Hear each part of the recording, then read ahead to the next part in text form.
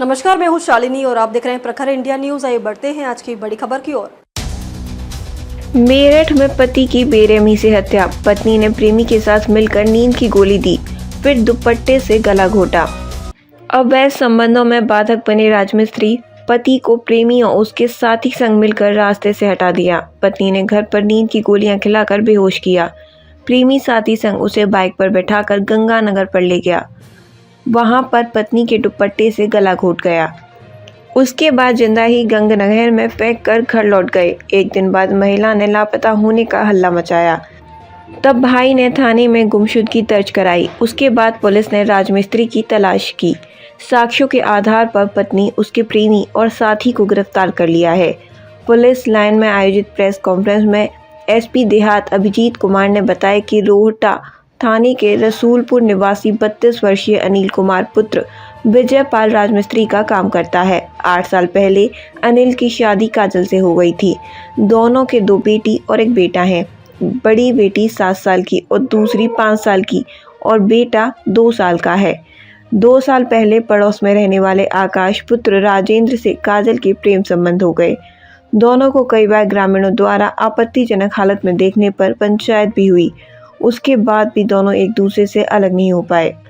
अनिल कुमार ने पत्नी के बाहर जाने पर पाबंदी लगा दी। तब काजल ने अपने प्रेमी आकाश के साथ मिलकर अनिल के अपहरण की पटकथा रच दी। आकाश ने इस कृत्य में अपने साथी गांव के ही बादल पुत्र योगेंद्र को शामिल किया।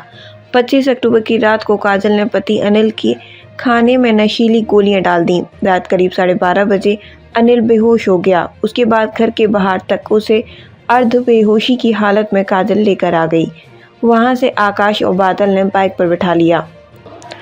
अनिल को लेकर दोनों सिवाल खास गंग नहर पर आ गए। पीछे पीछे काजल भी नहर पर पहुंच गई। काजल ने अपने दुपट्टे से अनिल का गला घोंटा, लेकिन उसकी मौत नहीं हुई। उसके बाद जिंदा ही उसे गंग नहर में फेंक कर घर लौट गए।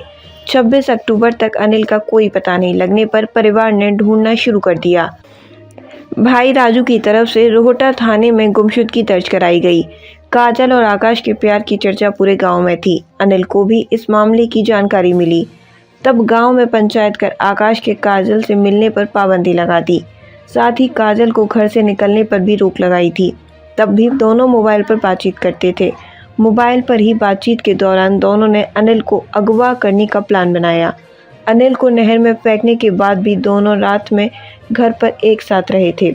सुबह ही काजल के घर से आकाश अपने घर लौट गया था। खबरों में अब तक के लिए बस इतना ही। फिर होगी आपसे मुलाकात, तब तक के लिए नमस्कार और देखते रहिए प्रखर इंडिया न्यूज। ऐसे ही लेटेस्ट अपडेट पाने के लिए हमारे चैनल को सब्सक्राइब करें और तुरंत नोटिफिकेशन पाने के लिए बेल आइकन को दबाना ना भूलें। यदि आप हमें फेसबुक या इंस्टा के माध्यम से देख रहे हैं तो हमारे पेज को फॉलो जरूर करें। धन्यवाद।